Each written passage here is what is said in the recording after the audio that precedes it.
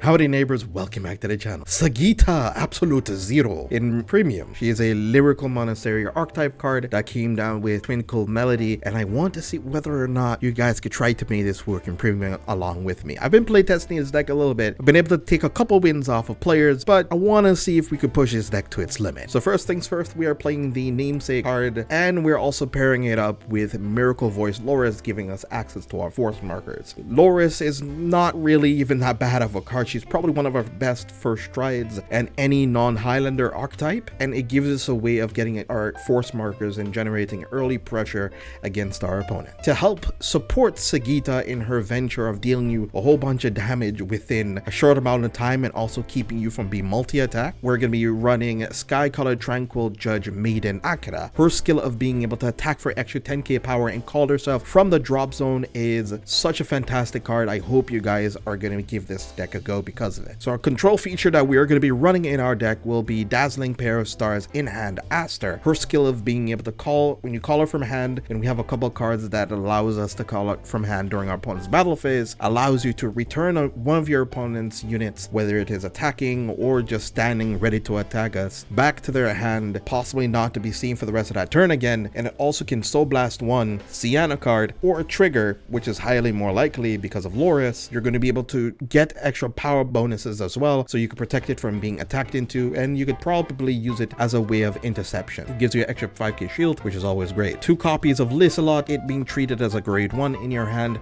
You can call it down in the early game, reveal top card of your deck, probably soul charge it if it's a trigger, which feeds the Aster that you can use for later. But you'd usually want to call this down as a rear guard, use the skill as a rear guard as well, but its other skill of being able to check the top of your deck and call it to rear guard circle, put it into your soul. Then Electric Essence Sistico, her ability of being able to stun your opponent's rear guards, meaning they don't get to stand during the stand phase again, gets in the way of your opponent's multi-attack aggression, especially if they only have 1 copy of a particular card, which is always great. And her getting a 10k bonus whenever you return rear guards from your field back to your hand. Other utility pieces that we're going to be running is going to be Live in Happy Vacance Germaine, her discard skill allowing you to check the top 5 to add any grade 2s or lower to your hand, or you can use her on attack skill of being able to Counter Blast one, return one of your rear guards and call a mermaid unit from your hand that does not have the same unit. Another Sienna support card that does have the same utility piece as we do run with Aster. It's Wonderland Rubia, her skill of being able to choose one of your opponent's units on rear guard circle front row, return it back to its hand. Then of course, what other semi-control mid-range deck is not complete without playing Light Elemental Honolly,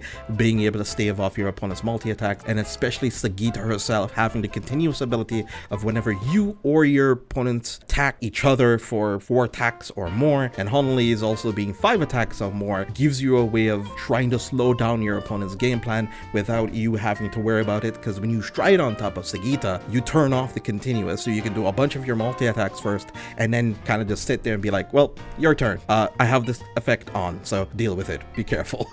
And then of course you do have Loris being able to bounce any other cards back to your hand and drawing your cards. It's a nice card advantage. Other ways of being able to draw cards in this deck is via Cuddle Connect Finessa. Her skill at the end of this battle of this unit attacked or boosted, it can put itself into soul. You choose one of your grade 3 or greater and you send it to the bottom of your deck, and if you do so, you draw a card. Doesn't even say that it needs to be a unit. It's just grade 3 or greater card, period. Our grade 3 search options we're running is Mermaid Idol Sedna. Checking the top 5 of your deck allows you to look at top 5, add a card, discard a card, but we do have a lot of discard pieces in Arca and in this other unit, which is going to be a Passionate Justine. She is a D card, which allows you to Soul Blast one to Spirit Call her to rear guard circle, and we also are using Secret Smile Pummel as a guard option that if we can't use our G guards, especially if you're playing into particular matchups, we could just guard with this out of our hand and still get to use our return back to hand function within the deck. Then for our OT that we are running in our trigger lineup is Blessing Diva Griziel, which is going to be the lyrical OT. Sometimes you'll have situations where you're just on Sagitta and you don't have access to Loris. Oftentimes that is the case with a lot of these history decks, that if you can't get your main grade 3 that you need to start out with first, it can sometimes feel a little bit awful trying to hit for early bits of damage in a lyrical deck, since you don't have any other form of retire or interaction outside outside of your Aster, your bounce effects, really in your opponent's turn. Having something like the Lyrical OT when you're on your aggressive turns give you a way of being able to push that additional damage. Then for our other trigger lineup, we're playing the damage crits, and since we do have our Loris, it gives us a nice little cushion of card draw. Then of course we did mention before, we are running 4 copies of the Heal Guardians. For our crit triggers, we have the Strike Crit. Then for other Sentinels that we are running is going to be the Draw PGs. For last bits of our order lineup, we are running Bracelet Angel Ladder. Of course, we're playing a deck that does feel a lot more resilient in comparison to other archetypes that we showcase on the channel, but a lot of our combos can be very easily interrupted by some of the best decks in the format, so we do want to have a way of being able to tell them, stop, don't touch my stuff while I'm playing the game. And Bracelet Angel Ladder allows us to do that. Elementaria Sanctitude, and off to the G-Zone. Harmonics Messiah. Then we have for History Stride, Fluffy Ribbon Sawney. It gives us 2 of our force markers we need.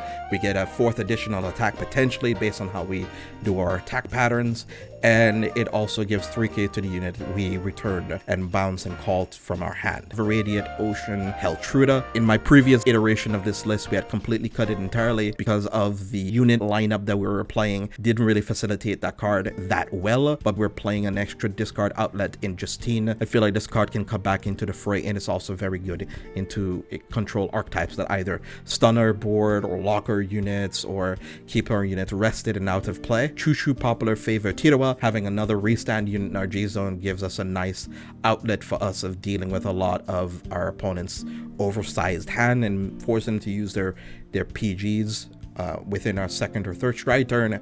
Gives us a nice way of closing out the game potentially. Here we do have Perfect Performance Ange, also being able to return rear guards from your or your opponent's field back to your hand to get additional drive checks and extra effects, and it does target the circle, so it also works around locking. This is just a utility stride that we tend to go into via stun cards or stun effects or into Link Joker. Actually, I tend to use this as a finisher more than anything, but if we're in a control matchup, having the Progenitor Dragon of DC Baladalena, it does give you a way of being able to retire all your opponent's potential guardians, and having a card like Arca or Justine actually gives you some multi-attack, which is kind of spooky. I ain't gonna lie, especially on a force marker, this poking for like 26k every single swing. Eesh. Dearly Desired Grand Stage Sandy. She does require the Harmony skill to be activated to use this ability, which just requires you to put another card in the same column as her, so you can activate the skill, and she gets to call units equal to the amount of units that you have in Harmony, which will be 2. So you can end up like calling over your front row, or you can call them on your rear guard circle columns.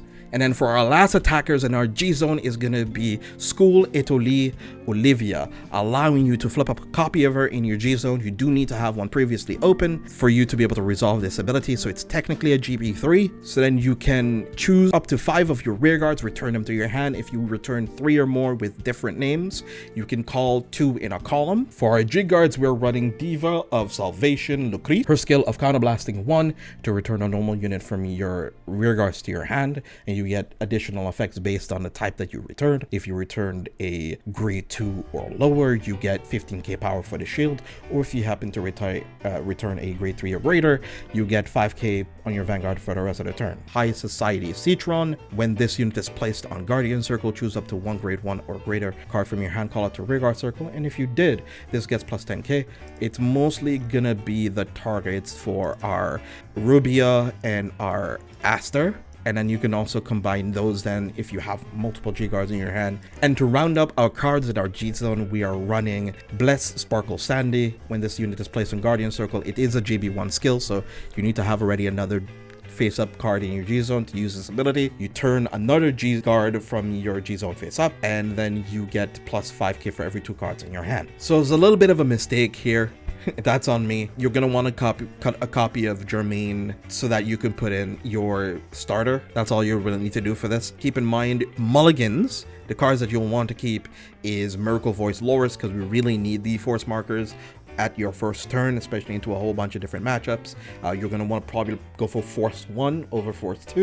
You don't really benefit off of any of the extra crit unless you hit your Lyrical OT, and that's kind of the only way you'll see a lot of offensive improvement. And the other card that you want to keep is Mermaid Idol Sedna. For our combo, we are on Heltruda for this one. This kind of works with almost any of your other strides too as well. If you happen to have a Sedna in hand, it's a little bit more high rolly with Sedna, but this one is a bit more consistent. One of the attack patterns you'll be adopting here is that you probably use Lissalot the turn before, or you use it this turn. Try not to use its skill this turn, because this can actually extend into extra attackers if you need to. You could probably replace it with other cards on the side, and you do need 3 or more cards in your hand. Any of them needs to be at least a copy of Justine. All right, here we go. So one of the attacks you'll be taking here is going to be around 3 CB in combination, and any extra cards that you can have, you're probably going to need, because we are on Sagitta here. So we are on 28k base.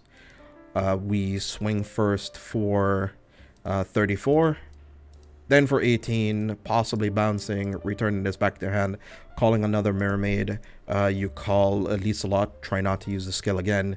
Then we attack with Sagitta. Before we attack with Sagitta, we attack with Lissalot again. Then we swing here. We discard 3, 1, 2, and 3. We actually want to add back this Sedna here. So at least Justine, and Loris, or whatever third card you can find. We just so happen to have a Justine in the hand, but it could also just be nothing else. Return these back to your hand. And then you call 2 units. You're going to want to call this back and this back again. Because then if we happen to have any heal triggers in our drop zone, like this, for example, Vanessa could send it back. Or you can call the... you can call a Sedna that we have in our hand instead of the Vanessa, which replaces itself. So basically any other grade 1. And then we have 2 procs off of Justine here. So we're going to be paying the Soul Blast cost for those 2. So 1 and a 2. And then we call that over here. Keep that booster under Vanguard. And then we swing for first, second, and third. Nothing happens. That's fine. Then we have Justine. So we destride for Helltruda by Iconoblast 1 and Soul Blasting 1. So you can't really resolve Justines anymore. But that's okay. We already are swinging here for 26. We do need to discard a card for this. So we'll discard Honolulu. We're trying to finish them off this turn anyway, because we do need to start discarding cards off of Sagitta. Then we have Sagitta discard skill again, discard this. And then because Sagitta is attacking, we choose the Arca that we have stuck away in our drop zone here, and we call this. And then when this attacks, this will be getting an extra plus 10k, so this swings for 40 by itself. So first and then second, that is a critical trigger. We give the critical power to the Arca, and power to Arca. Then we swing with Arca's the Sagitta skill, forcing us to discard again. So we basically discard whatever trigger we see. That's for 50 now. Then Iconoblast 1, we have to bounce this back to our hand. We do have Sagitta, so we discard another card. We'll discard this Sedna here. And then we call the Lissalot. We have the Lissalot skill, which allows us to look at the top. And if our opponent is on 11k base, we could use this to call it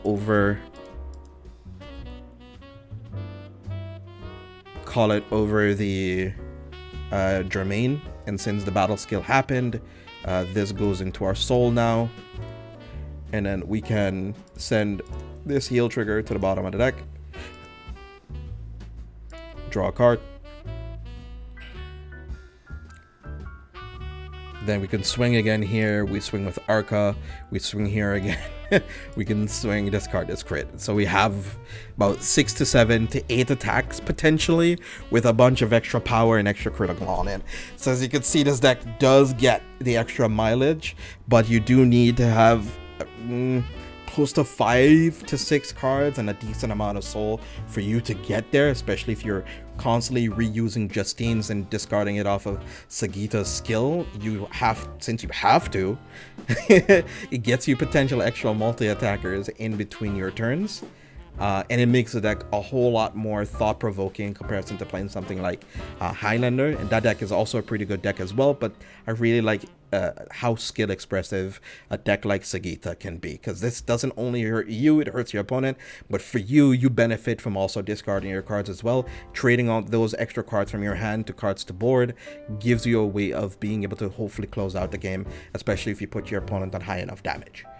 So with that being said, be awesome, stay awesome, have a wonderful day. Thank you for tuning in and stopping on by. Be sure to like, share, comment, and subscribe. We're getting close to 900 subscribers. That's kind of crazy. So I don't know what to say. This has been super sweet of you guys. It's been super helpful for the channel, and have a wonderful day. Till next time.